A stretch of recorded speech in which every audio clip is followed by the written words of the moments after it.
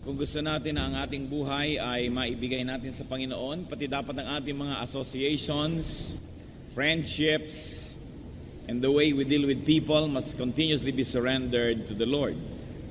Because according to 1 Corinthians 15:33, do not be misled, bad company corrupts good character. Pag tayo po ay napasama, nahirati at nasanay sa mga masamang mga kasama, ay maaaring pati ang ating buong kaluluwa ay maapektuhan ito. It is therefore of great importance to know people, to be able to measure people so that we may determine how to deal with them and how we are going to allow them to influence us. Meron pong kasabihan na tinatawag na tubog sa ginto. Hindi pala talagang ginto, yun ay tanso lang at itinubog sa ginto at akala mo ginto na. At ang tawag natin kumisan, ayan, natanso ka, na fake ka, hindi pala totoo. It is very important if we're going to grow spiritually to be able to test the kind of people we associate with and also to test ourselves so that we may be responsible associates because we also influence people. Ang atin pong pag-aaral ngayon, very relevant to our spiritual growth because people affect us. 7 tests to know people by. Mga 7 pagsubok, pagkilatis, pagsukat, pagsuri sa tao, at nang makilala natin sila, at nang tayo ay makapag-ingat kung paano tayo makikitungo. Aming Diyos, nagpapasalamat po kami dahil kami malayang nakakalapit sa inyo. Sumasamba kami, Panginoon, ng walang balakid, at kami lubos na nagpapasalamat. Salamat po sa aming kalakasan. Salamat sa lahat ng taong tumutulong sa amin upang kami makalaya sa ganitong mga oras para makapagbigay ng pansin sa inyong salita, sa pagsamba sa inyo, Panginoon, at sa pagdala ng aming mga kaloob. Thank you for everybody who helps us, O God, to be free to worship you. And we pray, Lord, that you will work in our hearts today, that you will turn our hearts into your garden, wherein you can plant your seed, the seed of truth, the seed of freedom, and the seed will sprout and grow leaves and bear fruits for your glory and for our betterment. We pray, Father, that you may be our speaker. Forgive us our sins, cleanse us from all our iniquities, make us whole so we can see you. Give us eyes that see and ears that hear, and we surrender to you our hearts, that our hearts may be obedient to you. Protect us from evil men and evil spirits. Protect us, Lord, from the work of lies and falsehood. Liberate us with your truth. Even as we are gathered in your presence, O God, we ask that you protect us from any harm that malicious people or spirits may be planning against us. Deliver us from evil and also our loved ones. We praise and thank you and commit this time to you, Father, asking you to be our speaker and asking you to use your servant only as your instrument. In the name of Jesus our Lord, we pray. Amen. 7 tests to know people by. First of all is the test of deeds, the test of actions. Pagka po tayo ay nakikisalamuha, nakikihalubilo sa mga tao, ay manmanan ng ating mata, ng ating tainga, kung anong ginagawa nila sa buhay. Hindi para pakialaman ng buhay nila, kundi para malaman natin kung sila ba'y paniniwalaan natin o hindi. Test people's actions and deeds. In other words, what they do, their habits. Because what they do can be easily known, because it's in the present, then you can know it. Proverbs 20 verse 11, even a child is known by his actions, by whether his conduct is pure and right. So know people by what they do. Also, know people by what they did or by what they have been doing. Aalamin mo naman kung anong ginagawa ng isang tao nitong nakaraang 5 taon dahil sa mga kwentuhan, sasabi niya, sasabi ng iba, malalaman natin yan. Kaya po ang mga employers, pagka nag-i-interview, tinitingnan nila sa yung mga record kung anong ginawa mo the last 3 years or 5 years. That's why if you are into employment, it's not a good idea to be vacant for several months or years. Because your prospective employer will say, what have you been doing in the last 2 years? You have not been productive. Dahil tinitingnan yung nagawa na. Not by one isolated deed. We cannot judge a person by one isolated deed. Nagkamali minsan, nadapa, merong nagawang hindi tama. Yun ay tinitingnan natin by batting averages, by track record. Ano ba yung pattern ng ginagawa niya? Hindi yung minsang pagkakasala ay itatali mo na siya doon.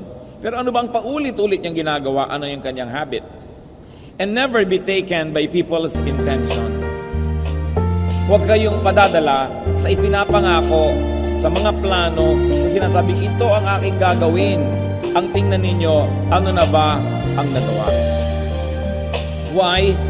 Because even Solomon, the wisest man who walked the face of the earth, said in Ecclesiastes 1:9, what has been will be again. What has been done will be done again. In other words, other people say it another way, history repeats itself. And the Bible asks, can a leopard change its spots? Unless a miracle happens, unless God intervenes, what people have been doing is what they will keep on doing all their life. So you want to have an idea what they will do tomorrow? Take a look at what they did yesterday. Now, that doesn't leave room for change because we can all change when we surrender ourselves to God and when miracles happen in our lives. But generally speaking, what has been will be again and history will repeat itself. Kaya tinitingnan po natin bago tayo magtiwala sa isang tao kung ano na ba ang nangyari sa kanyang buhay ng mga nakaraang buwan at taon. Kung nakikipagkaibigan tayo sa kanya ngayon, titingnan natin ano na ba ang ginawa niya sa mga naging kaibigan niya nung araw. Kung gusto niyang lumipat sa ating church, titingnan mo kung nakakailang lipat na ba to? Nakakailang away na ba siya? Nakipag-away na ba siya sa dati niyang mga kasama, sa dati niyang mga leader? Dahil malamang uulitin na naman niya yan. At kung may nanliligaw sa inyo mga dalaga, tingnan nyo, ilan na ba naging girlfriend nito? Ilan na ba ang pinaluha nito? Because chances are, mapapasama ka sa listahan. Huwag kang maniwala, babae, na mababago mo siya na iyong pag-ibig. Maraming naniwala at ayan ngayon, nabigo. Kung hindi mo siya matanggap ngayon at yung kanyang baggage nung nakaraan, hindi mo matatanggap yung darating pa, so huwag ka na lamang magsayang ng panahon. Because we are products also of our past. As I said, while the Lord can give us a clean slate to begin again, it is not God but us who will repeat the same mistakes. Kasi meron tayong ganung tendency. Kaya nga sinasabi ko lagi sa mga counselees, marriage is not a reformatory institution. It is an institution and a relationship of acceptance. If you cannot accept the past of this person, and that past might just keep repeating, then don't bother to plan to spend the future with that person. Huwag tayo nagpapadala sa mga pangako. Kaya kung minsan yung mga interview, minsan sa mga beauty contests, hindi naman yun ang naglalabas ng katotohanan eh. Yung what will you do if you had 10 million pesos? Siyempre, ang sasabihin niya, I'll give it to the children of the world. I'll give it to world peace. Kasi what will you do eh? Ang itanong mo, what have you done with what you already received from the Lord? And then you will know what they will do to that which they still will receive. Look at the track record of people.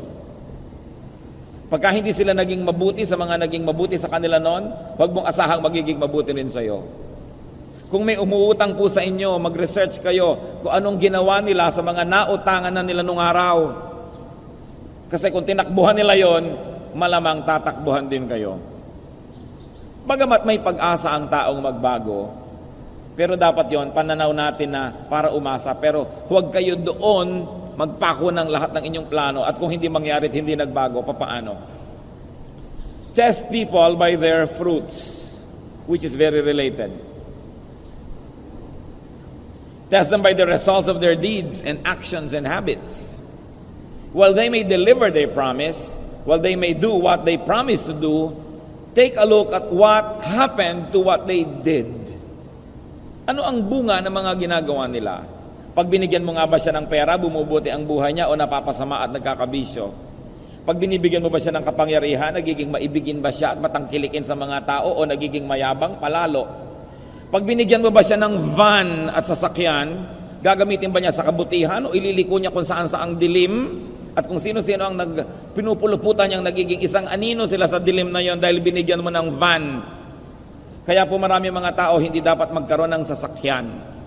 Kasi pag nagkakaroon ng sasakyan kung saan-saan nakararating, nakagagawa ng mga himala na hindi dapat mangyari. Kaya may mga taong hindi dapat binibigyan ng pera, nakakabili lang sila ng mga drugs, nakaka-afford lang sila ng kanilang mga bisyo. So bago kayo magtiwala at magbigay ng hinahangad ng isang tao, itanong mo, ano kaya ang ginagawa niya?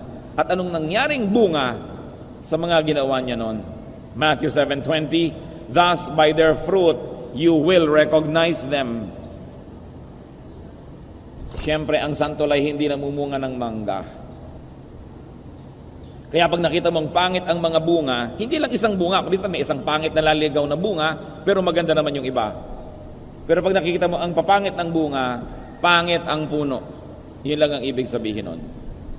Test people by their words. Matthew 12:34, for out of the overflow of the heart, the mouth speaks.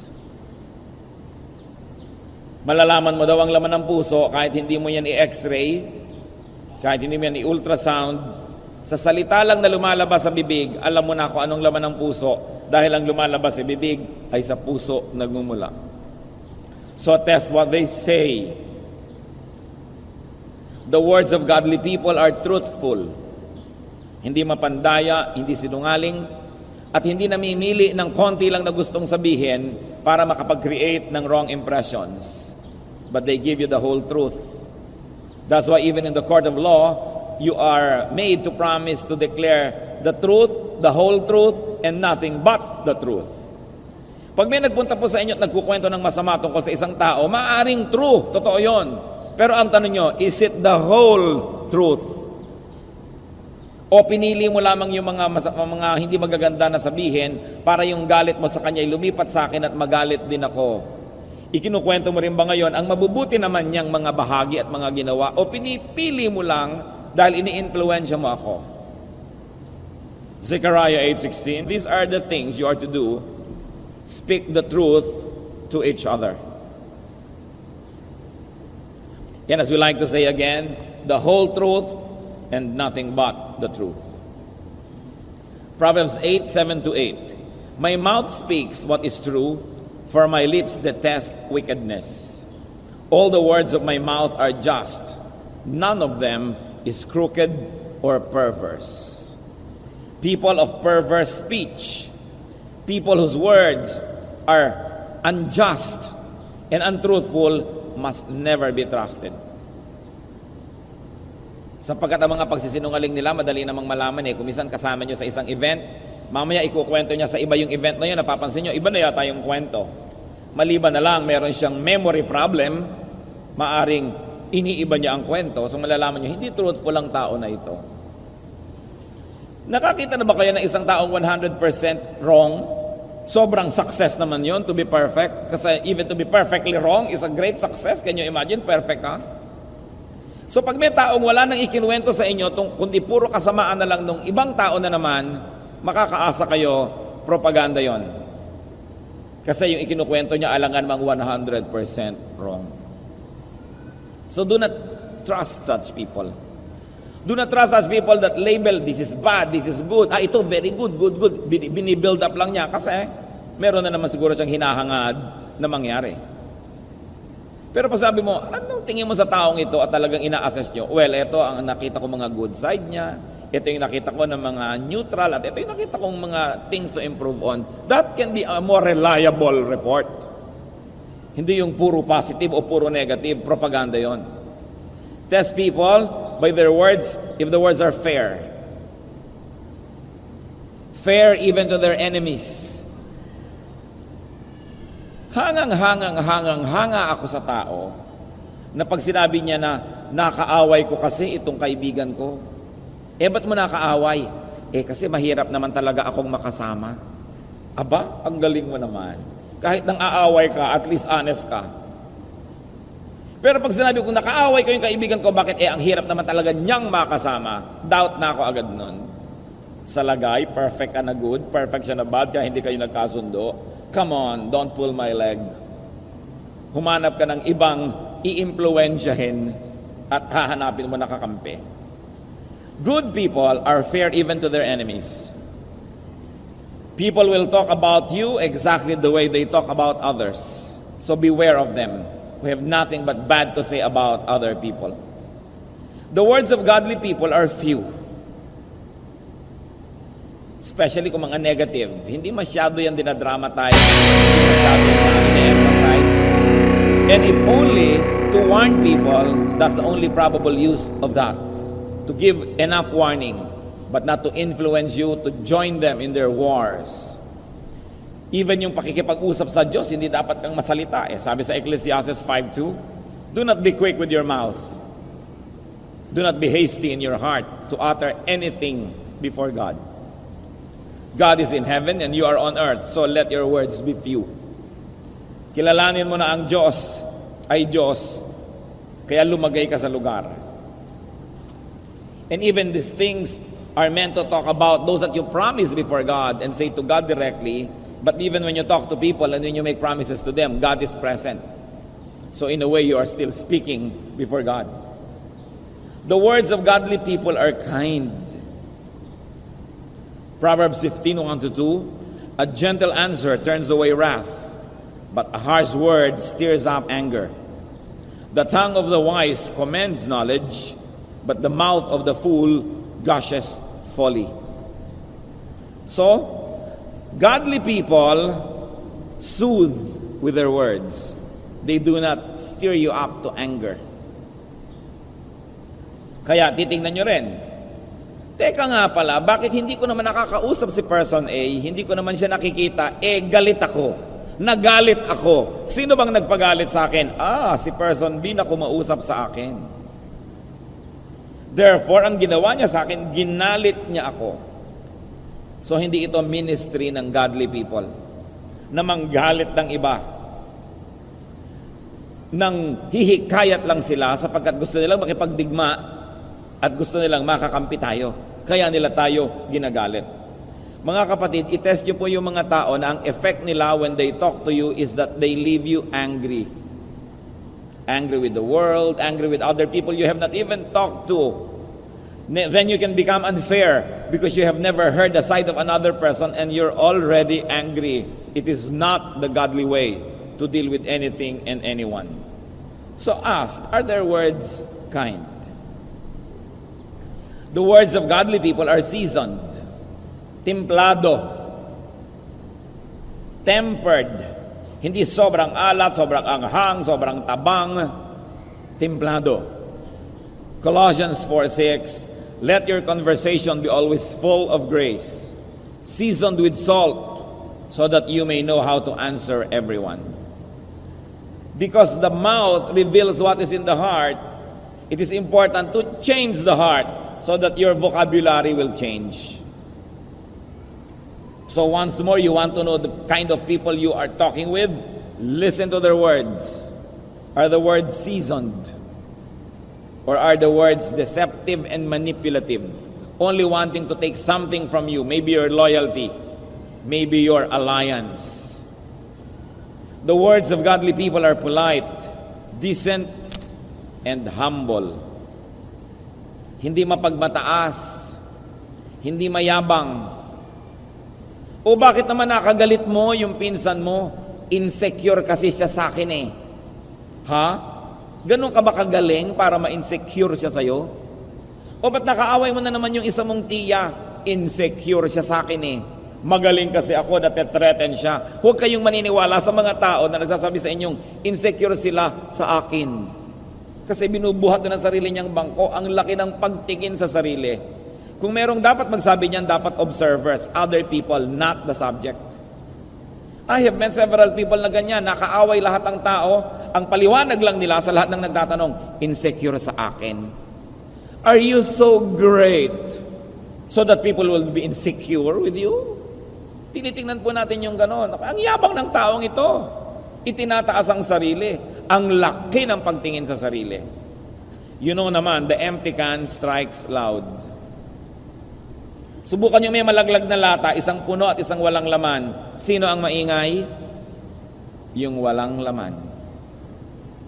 Kaya po pag may nag-away at pumupunta sa inyo yung isa, yung maingay, yung maraming salita, yung maraming demanda, kadalasan yan ng guilty.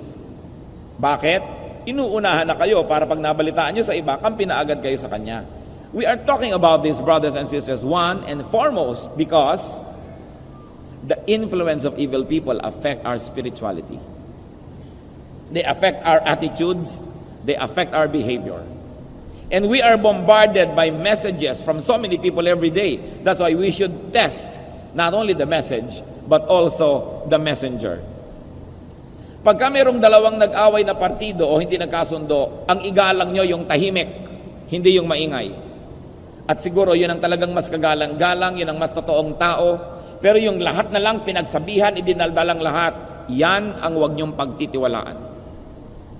Because the words of godly people are few.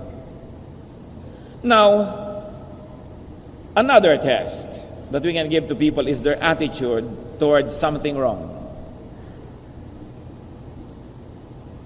Pag may mali, pag may problema, anong ginagawa nila? Pinapalalaban nila o nilulutas nila ang suliranin? Godly people right a wrong, not worsen it. Okay, hindi kayo nagkasundo. Anong ginawa ng isang tao? Pinalaki, pinagulo. Hindi makadiyos yan. Because God is God of peace. Amos 5:15, hate evil, love good. Godly people repair a damage, not aggravate it. Hindi pinapalaki ang maliit na problema. Godly people do what must be done, not avoid it. Hinaharap ang dapat na harapin at hindi ito tinatakasan. Romans 12:17, be careful to do what is right in the eyes of everybody. Brothers and sisters, be careful to do what is right in the eyes of everybody. It means not only in the eyes of those who are with you, but also in the eyes of those who are against you. That you will also pass their test. Na ang sinasabi mo sa partido A, pag na sinabi mo sa partido B, pareho pa rin ang sasabihin mo because you are doing what is right in the eyes of everybody, not only in the eyes of your particular audience. Hindi mo iniiba-iba, ibig sabihin lang nun may deception. Godly people turn bad to good. They turn good to better. And whenever possible, by God's grace, turn better to best. Titingnan po ninyo ang ginagawa ng mga tao. If they turn something good to bad, then these are not godly people. If they turn something better to a lesser one which only becomes good, better na nga. Because we should increase in glory, in godliness, in correctness every day. Another test to know people by, and this is very important, the test of gratitude. Colossians 3:15-16. Be thankful. Let the word of Christ dwell in you richly, as you teach and admonish one another with all wisdom, and as you sing psalms, hymns, and spiritual songs with gratitude in your hearts to God. So what is the verse telling us? That we should be expressive of our gratitude to God. It goes without saying that we should also be grateful to the instruments of God in our lives. That we should be grateful to people who do us good. That we should never forget people when they do good to us. Ang mga ahas lang po ang tumutuklaw sa mga kamay na nagpapakain sa kanya. Some years ago, there was this news that I heard about that happened in the United States. Sa United States po kasi pag tumawag kayo ng 911, lahat ng klase ng emergency, pupuntahan kayo ng pulis. Sa ibang city, dapat pag nag-911 kayo, less than 3 minutes, nasa bahay nyo na dapat ang pulis. Magrereklamo ka na pag wala pa. No? Sa ibang cities, 5 minutes. Sa iba, less. Merong natanggap yung 911 na call at natitrace naman nila yung telepono kung saan yung lugar, saang bahay yun, natitrace nila yan, nagpapatulong, hindi na nasabi kung ano yung dahilan, nabitawan na yung telepono, so pinuntahan ng mga pulis. Ano po ang nakita nila? Itong babaeng nakahandusay sa kanyang kusina, patay.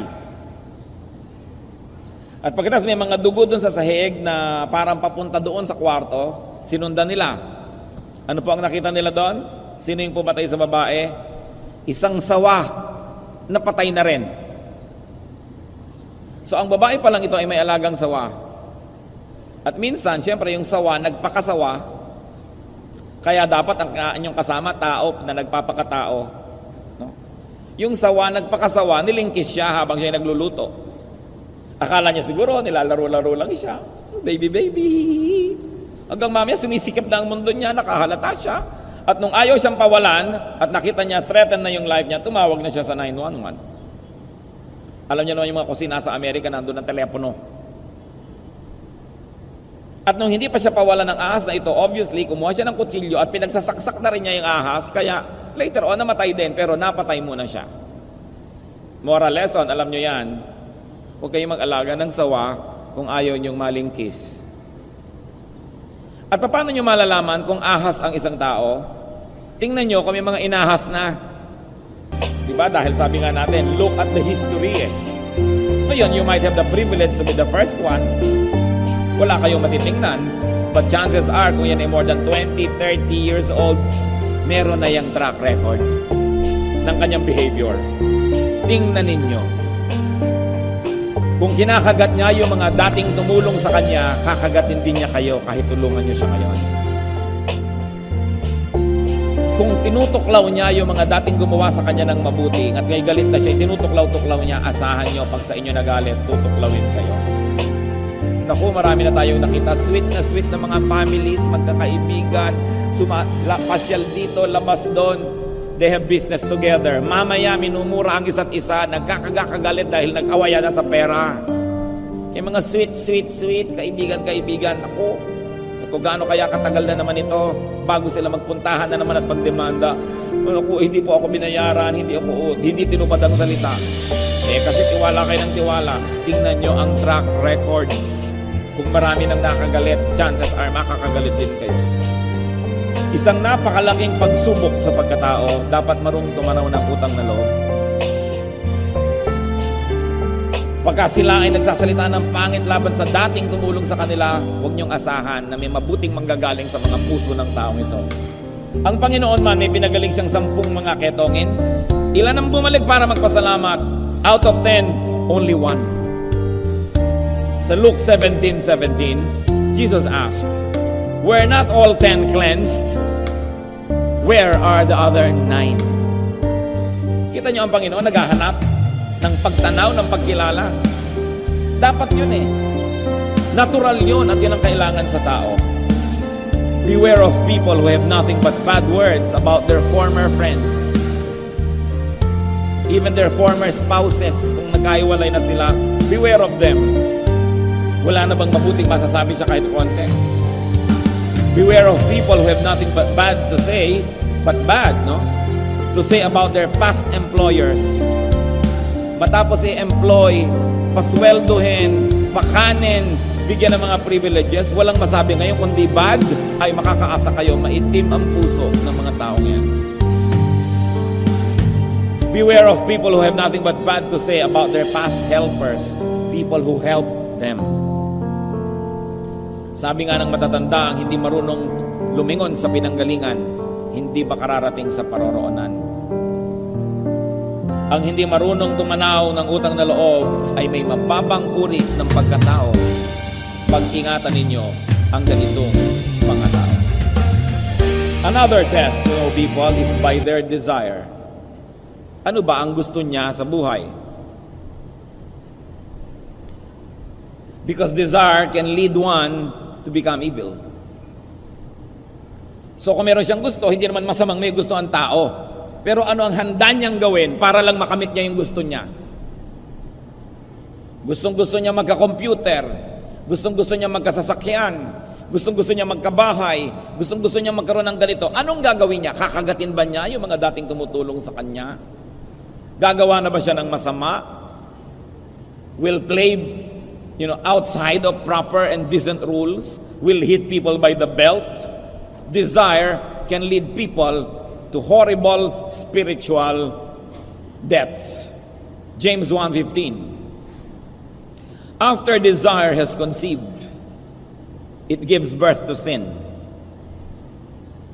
And sin, when it is full grown, gives birth to death. So binabantayan natin ang desire. Itong taong to, ano ba mga desire niya? Tayo rin mga kapatid, ano bang desire natin? Mananalamin kayo, sabi niyo, ikaw, ano ba mga desires mo? At ano ang handa kang lunukin, gawin, makamit mo lang ang iyong ninanais? What does it profit a man to gain the whole world and lose his soul to the devil? And yet many people make such bad trades and trade off. So beware of people's desires, because such desires can become their gods. Beware of people who desire material things too much. We all desire material things, pero kanya-kanyang degree. Tingnan ninyo kung yun na lang nang yun ang laging lumalabas sa bibig, yun na lang nang yun ang laging gusto. People who want to be famous, people who want power, and people who are into personal kingdom building. They want to keep building and building only for their ego. Nakikipag-compete sila sa kanilang mga kaibigan, sa kanilang mga pinsan, sa kanilang mga dating classmates. That's why they want to keep achieving and achieving. Not to be able to give up themselves to the world, but to build a tower of Babel for them. Para sa sarili. Another test to know people by is their treatment of lesser persons. At nilagyan natin ng open and close quotation yung word na lesser. Yung tao na sa tingin nila, less than they are. This could be your captives, your prisoners, physically or psychologically. Useless people, it makes with people who have no use for you. People you have no use for, rather. And sometimes even beneficiaries. Be sensitive to how people treat people that they help. Siyempre, lagi tayong polite sa mga taong tumutulong sa atin, pero magalang pa ba tayo doon sa tinutulungan natin? Siyempre, magalang tayo sa mga taong nagbibigay sa atin, pero magalang pa ba tayo sa binibigyan natin? Sumasaludo ka doon sa mas malakas sa'yo, pero sumasaludo pa ba tayo doon sa mas mahina? Matthew 25:40, ano po ang kwento ng Panginoon? At the end times daw, bibigyan niya ng mga gantimpala yung mga tao. Tinanong, bakit niyo po kami bibigyan? The king will reply, I tell you the truth. Whatever you did for one of the least of these brothers of mine, you did for me. Hindi sinabi ng king na ito, who represents God in the story, that whatever you did for the greatest people, you did for me. Sabi niya, no, what you did to the least, you did for me. So ang tao, malalaman nyo kung paano niya tinatrato yung kayang-kaya niya. Paano niya tinatrato yung nangangailangan sa kanya pero hindi niya kailangan. Dahil yun ang tunay niyang pagkatao. Paano niya tinatrato yung mga taong dating kailangan niya pero hindi na niya kailangan ngayon? Paano niya tinatrato yun? Then malalaman nyo kung anong uri yan ng tao. Romans 12:16, do not be proud, but be willing to associate with people of low position. So all in all, we discussed 7 major tests to know people by. Not to be judgmental, brothers and sisters, but to be wise. Sabi po ng Panginoon, be as innocent as doves, but be wise as serpents. Do not allow such people who fail this test to affect you, to influence you, because they will lead you to wrongdoing. Test and know people. Your associations can affect your opinion and thoughts, your activities, your spirituality, your future. Do not associate with evil and ungodly people. Minister to them, but do not associate with them. Do not support, encourage, and tolerate the works of ungodly people. That's why we are discussing it, so we can recognize it, so we will not tolerate and encourage it.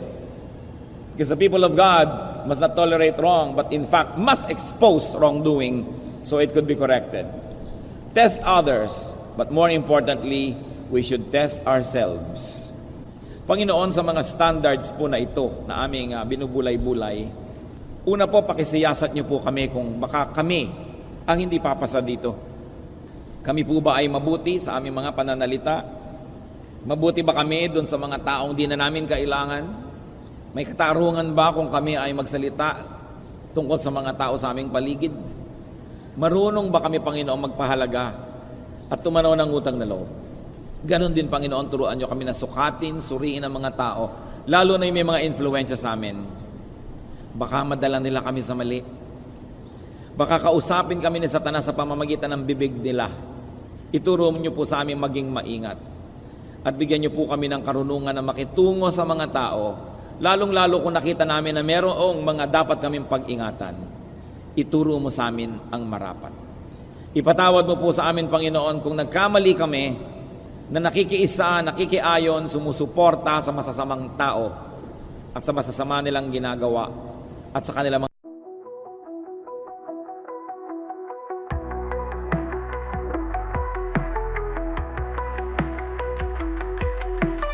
Lost in the glow, city lights choking the night.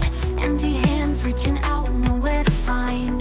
Broken dreams like shards beneath our feet. Echoes of whispers, no soul can meet. Eyes wide open, can't see through the haze. Neon signs flicker, stories of our days. Concrete jungle tangled in my mind, searching for reasons, but reasons blind. We dance with ghost shadows beneath neon, anchored to the past, future already gone. Can't escape the pull, dark thoughts intertwined. Melodies fade out in the silence we find.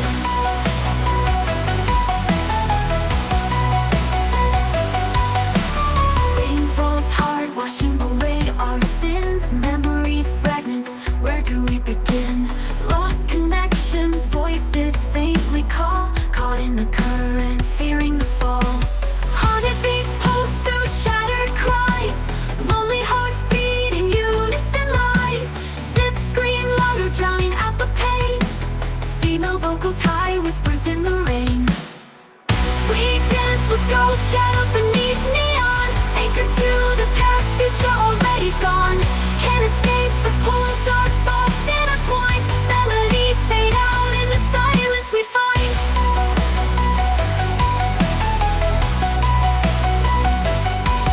We dance with ghosts, but shadows can fade. Letting go of the past, a choice to be made. Break free from the pull, rewrite the design. Melodies rise up, a new strength we find. Rain falls hard, washing away our sin. Rain falls hard, washing away our sin. Rain falls hard, washing away our sin. Melodies rise up, and new strength we find. Rain falls hard, washing away our sin. Rain falls hard, washing away our sins. Rain falls hard, washing away our sin. Melodies rise up, a new strength we find. Heartbeat, a rhythm, a steady refrain. Breaking the silence, washing away the rain. Hope ignites a spark, a fire in our eyes. Together we'll rise under brighter skies. We dance with ghost shadows beneath neon, anchored to the past, future already gone. Can't escape the pull, dark thoughts intertwined. Melodies fade out in the silence we find.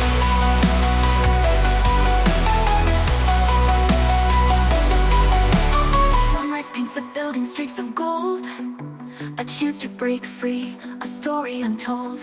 Maybe this heartache won't hold me so tight. Maybe a new day can set things right. Haunted beats pulse through the steady refrain.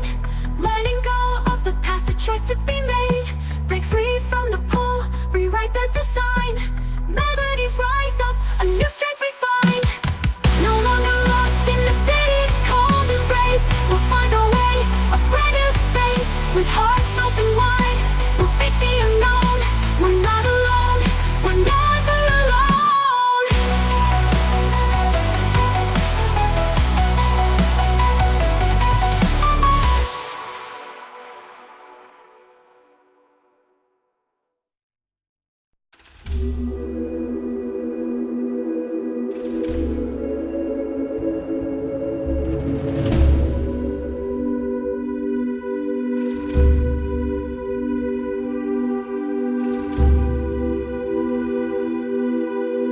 you.